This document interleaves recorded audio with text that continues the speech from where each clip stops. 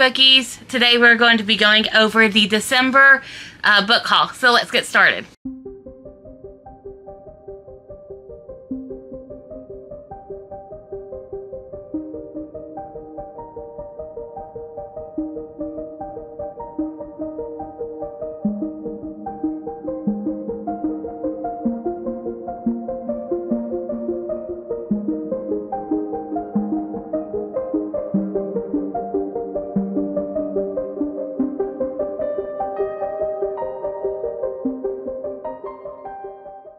This is a new position. I've never done this one before. As Sabrina Carpenter would put it, I haven't tried this one yet. It's because my living room is a disaster. We have a chair inflating in my library, and yeah, Happy New Year, new changes. I'm divorcing the sectional craze. Not a fan anymore. Anyways, I got a bunch of books in October, and instead of just doing like little weekly book hauls, I've decided I'm going to just save them all for the end of the year, or for the end of the year, well, kind of once the end of the year, for the end of the month, and just make one big haul video. So that's what we're doing today. First off, two books that I got for Christmas. I got, oh wow, the lighting is crap here. The Spellshop and The Enchanted Greenhouse by Sarah Beth Durst. I am going to see her in February at Love Y'all Fest.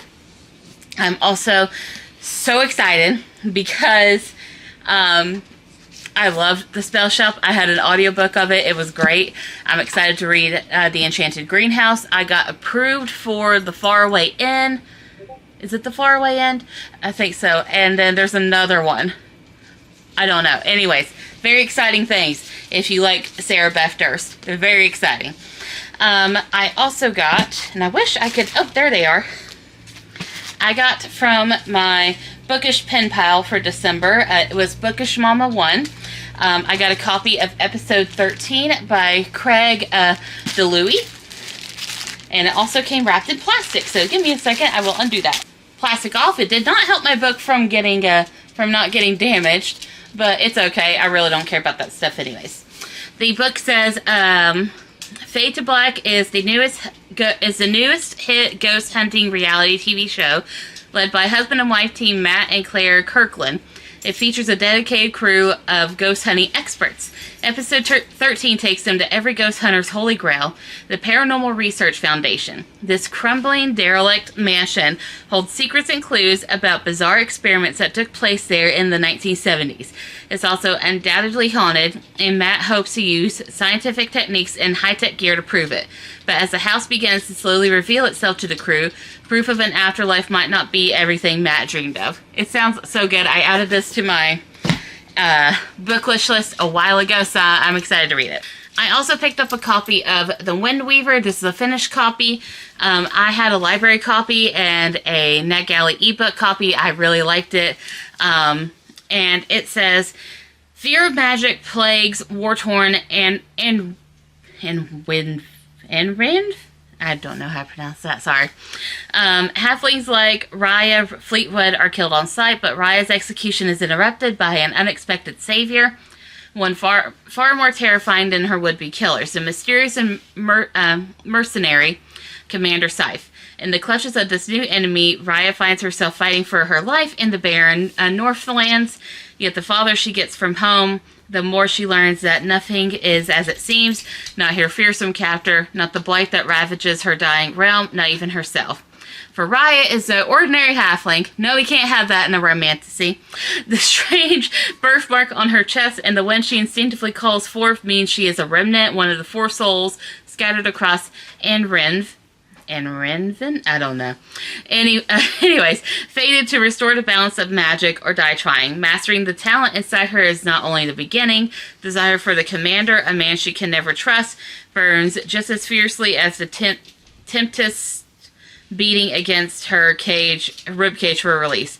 Raya must choose. Smother the flame or let them consume her. It was really good. I really liked it. That's why I wanted a finished copy. Also, can't wait for book 2. that's supposed to be coming out this year, I think, but I'm not entirely sure. I picked up a copy of The Night and the Moth by Rachel Gillig. This says, Sybil Delling has spent 9 years dreaming of having no dreams at all.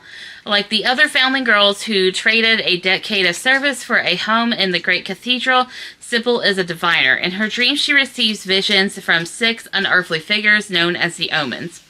From them, she can predict terrible things before they occur. Lords and common folk alike travel across the stone water kingdoms, windswept moors, and craggy mountains to learn their futures by her dreams.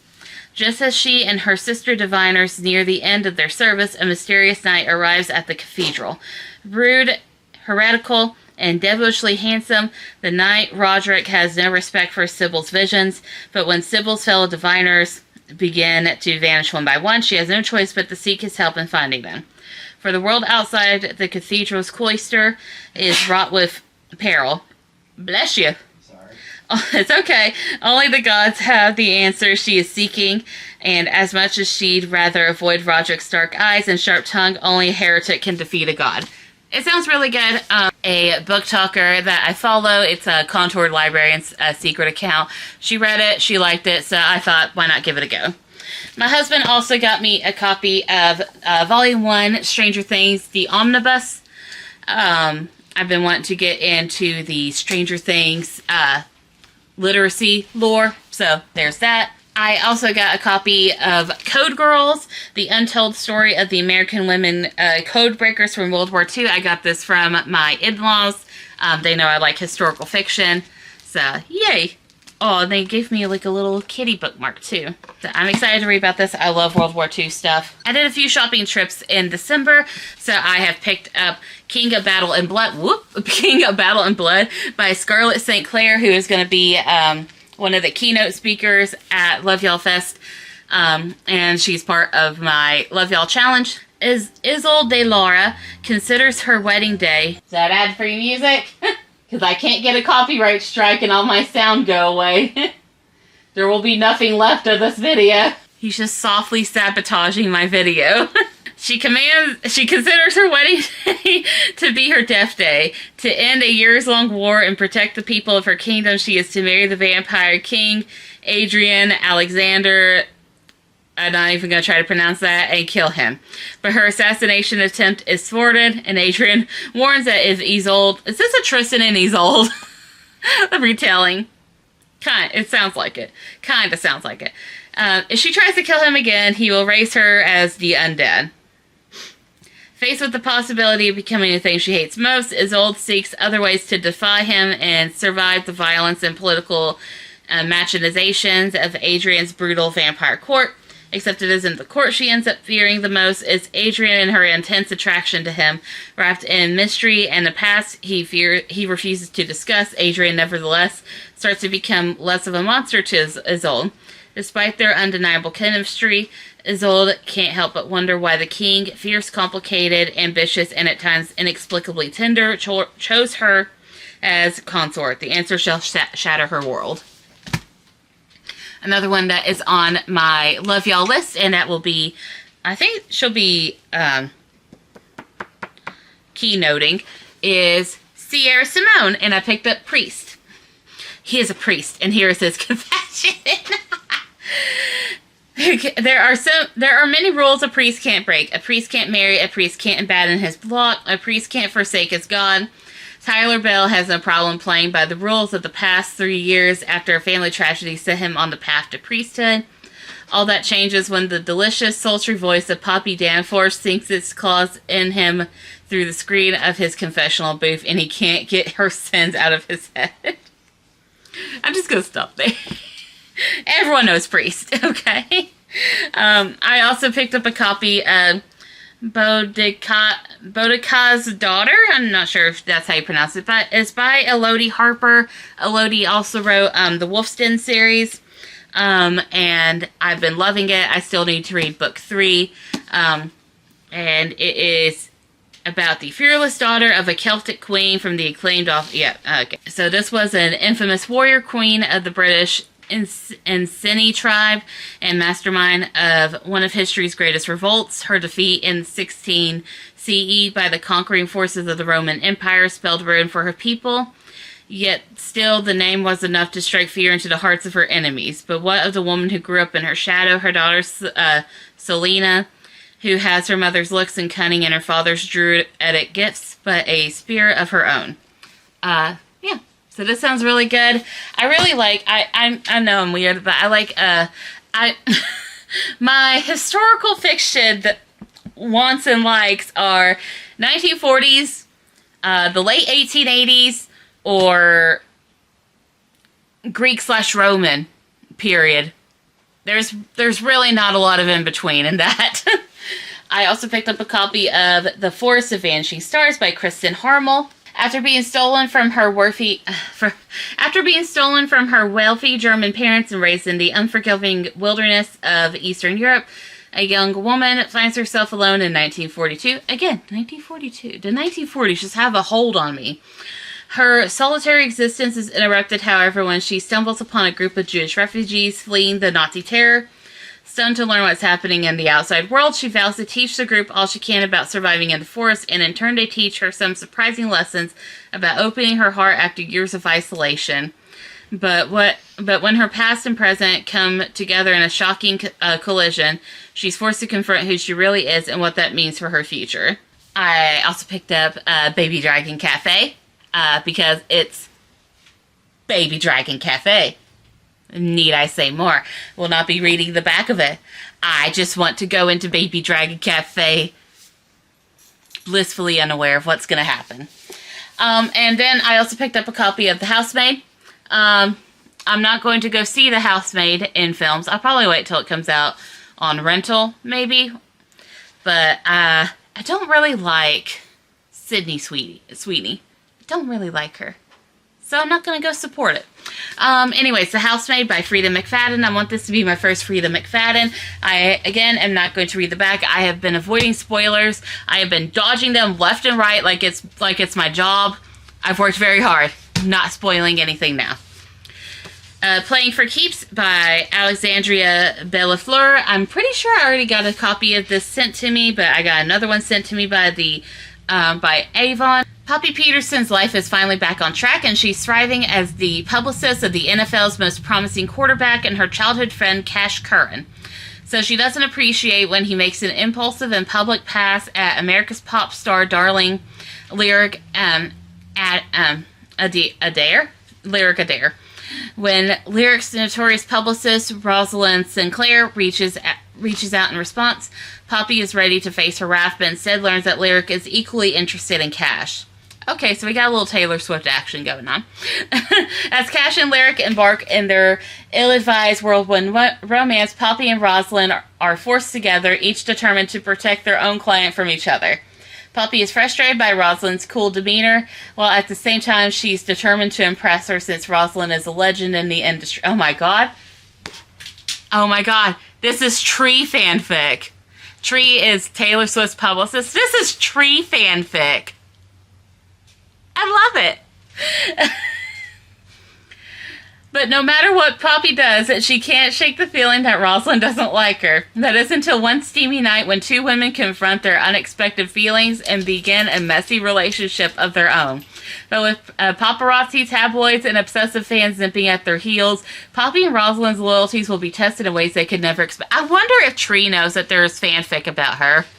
We love Tree. I'm a Swiftie. We love Tree here. But man, there's a fanfic about her. At least one published. There's probably so many others on Wattpad. I don't go to Wattpad a lot. It scares me. Anyways, the last two I got sent by publishers. Again, another one from Avon. The one I've been so waiting for. It is the third Emma Alban book. It is Like in Love with You. It is her newest one. I think it just came out. When Catherine Pine relocates to Bath in 1817, she comes face to face with her mother's arch nemesis and her daughter, the wildly popular Lady Rosalie. I don't know why I wanted to say Rosalie. 25 years after a horrible betrayal, Catherine's mother sees a perfect opportunity for revenge. Catherine must win the favor of Lady Rosalie's suitor and unofficial betrothed, the most eligible Mr. Dean. Only Catherine soon discovers that Lady Rosalie is by far the wittiest, cleverest, and most intriguing young woman Catherine's ever met, and she's instantly smitten, which is a problem. Meanwhile, Lady Rosalie feels trapped in her relationship with Mr. Dean and in her role as Bath's resident mean girl. And when she notices newcomer Catherine gunning for her spot as Queen Bee, Rosalie finally feels a spark again, a spark she absolutely doesn't want to extinguish. As Rosalie and Catherine circle Mr. Dean, and their mothers force themselves into an increasingly absurd contest of wit and feminine charms, the two women somehow find themselves falling for each other scheme by scheme, barb by barb, catty jab by catty jab. Is it possible that their sizzling rivalry can become a match to last? I love Don't Want You Like a Best Friend, and I can't wait to read On the Problem It's Me. Yeah. Kind of sad we didn't continue with the Taylor Swift theming names. I will have to figure out what this one is themed after. But it's still going to get a Taylor Swift song recommendation in my review because I'm me. Anyways, last thing I got is from Entangled Publishing. It is Elise Kova's newest book, Dragon Curse. They sent me a publishing box. Inside it has some promotional material. It says, I'm not the girl I was when I entered. I'm something more, something so much worse. After all, it takes monsters to kill monsters, and that is what they have made me. Also got this really cool signed letter from Elise. It says, Dear reader, Dragon Curse is what happens when a nerdy author mixes last stand desperation, a crumbling world, D&D style dragons, and a slow burn first love between two individuals who might be cursed to die.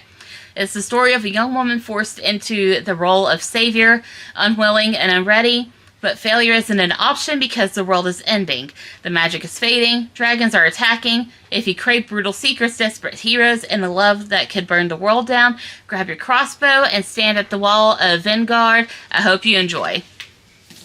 And it's an ARC. This releases January 6th, so this will probably already be released by the time I get this video up and some promotional pictures. But so excited to read this. The imprint publisher is Mayhem Books, but it got sent to me from Entangled. And it says on the back, the moment you see a dragon is usually your last. Since the dragons emerged, along with the scourge that ravaged our lands and people, there's only one human city that remains standing, Vanguard. But the hellfire from above is nothing compared to the threat from within, for there is no worse fate than being dragon cursed. Slowly and excruciatingly, you'll be transformed into a mindless beast who destroys everything and everyone you love. Any of us could be tainted. Any of us could be lying. Any of us could be caught and killed by the authorities, and I'm terrified I might be next. There's only one person who might suspect my secret. He's like my shadow. Follow me wherever I go. Part protector, part tormentor, fully annoying. Sometimes I think I'm just one of the million unfathomable secrets he keeps hidden. But Lucan, but because Lucan definitely knows something. And if I'm dragon cursed, death might be the only mercy I get. It sounds so good. I can't wait to read it. And that is it for my December haul. So thank y'all for watching, and I'll see y'all later. Bye.